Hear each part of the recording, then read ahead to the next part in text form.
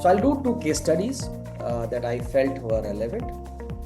This is a deepfake attack that we were privy to. We had been asked to do the forensics.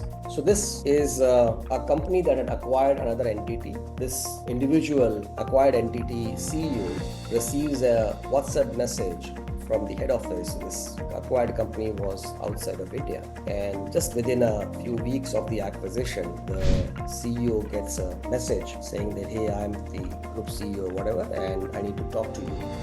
Because the number was not known, subsidiary CEO ignored the initial message. Follow-up message was a recorded audio message by the same CEO from India saying that, hey, I've been trying to reach you and you're not responding to me. And to that also the CEO did not respond. Finally, there was actually a voice call that happens, and the two CEOs speak, and voice was exactly the voice that CEO of India used to have. And this guy gets convinced that he's talking to the right person. CEO from India then instructs the subsidiary CEO to have a conversation with a law firm in UK. And the law firm then reaches out to the CEO in the subsidiary saying that, hey, you must have been approached by your group head and we need to carry out a transaction, and for which I need to do you a proper KYC. So an NDA is sent, and this whole communication is about a potential acquisition that the group CEO was talking to the subsidiary CEO about having in the European country. And the whole idea was that, hey, for us to carry out this acquisition, we need to include a law firm and some other services. We need to pay the lawyers. And because it is rolling up to your entity in Europe, you will have to run this transaction. And the law firm then sends in an NDA, they start interacting. But the entire process is taking live. And all the while, the head office CEO is reaching out saying, why are you not closing this transaction? I've already told you this so many times. And now the subsidiary CEO is under pressure because he felt that the delay was originally at his end, and now there is this whole process that is being done. While he was trying to be diligent, it seemed to be getting stuck. They then start discussing the cash availability and also the request for fund transfer.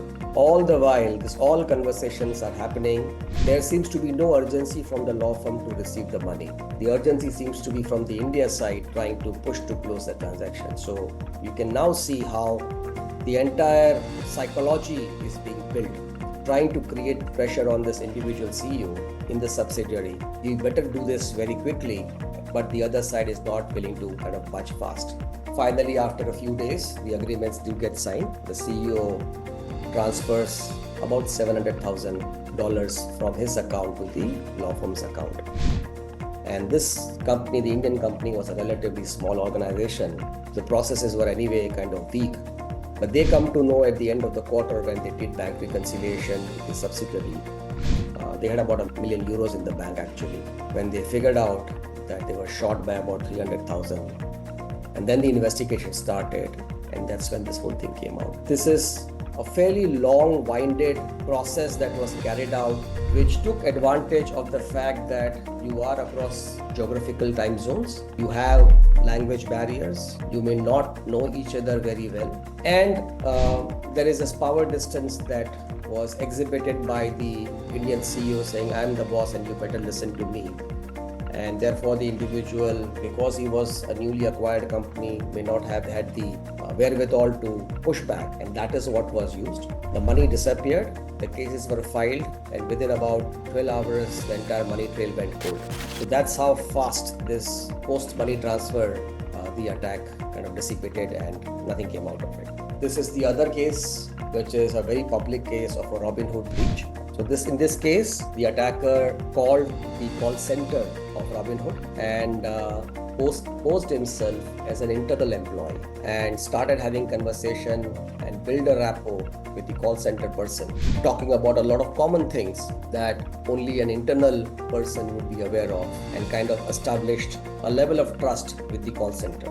And under the pretext of trying to solve some problem that was impacting their customers, he managed the support staff, he manipulated rather the support staff, share information and get access to the system by getting credentials which should have been guarded and should have had a set of processes that double validated Because the trust was established, because they were able to convince the person on the other side that they were legitimate, the standard process protocols were bypassed.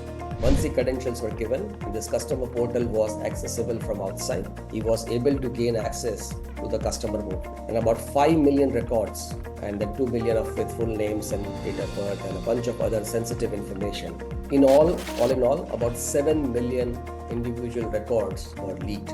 Significant penalties were imposed on Robinhood, but that's not the point. Point is that when you are dealing on the cross-section of people, process, and technology, any weak link in any of these could be abused by the attacker. So in this case, there's clearly a problem from an awareness perspective as far as the people are concerned. And then on the process side, there was a lot of lacuna where information was shared on phone calls, which should have gone through some better way of exchanging. Even if it was a legitimate request, there has to be a way by which you can cross-verify and the access to be given only through official channels and not on phone, because phone is still an unofficial channel of communication. So both these cases are a reflection. The first one is a deepfake, where the entire attack got carried out outside the realm of a cybersecurity process, because it was done on a WhatsApp channel. No systems of organizations covered, because you're talking between two private channels of WhatsApp. It started on a public channel, got abused on the private channel, and then got leaked on the private channel, and then got abused on a public channel. So this gives you an idea about how sophisticated the attacks are. So in first case, it was a financial risk of about $700,000, and in this case, it's a data theft, both of significant nature. What role is AI playing in making online scams more believable and harder to attack? The case study that I spoke about is that as well. This is the single biggest problem, AI and the kind of believability that it creates in terms of how you look. There was a WhatsApp video call done by two individuals in a company, and one of the individuals actually faked, and they ended up transferring 1.5 crore rupees on a video call. So they are absolutely believable. I always will advise that if it is a matter of financial transaction, giving access to something or data, you have to be doubly, triply sure before you do the transaction, and therefore it's called as something that's called as out-of-band verification. So if you and I are talking on a WhatsApp video call and you are asking me something that seems out of ordinary from a request perspective, you better put the phone down, and then through other mechanism, through a landline or reaching out to someone else that you know who knows the person, re-verify if the ask was genuine.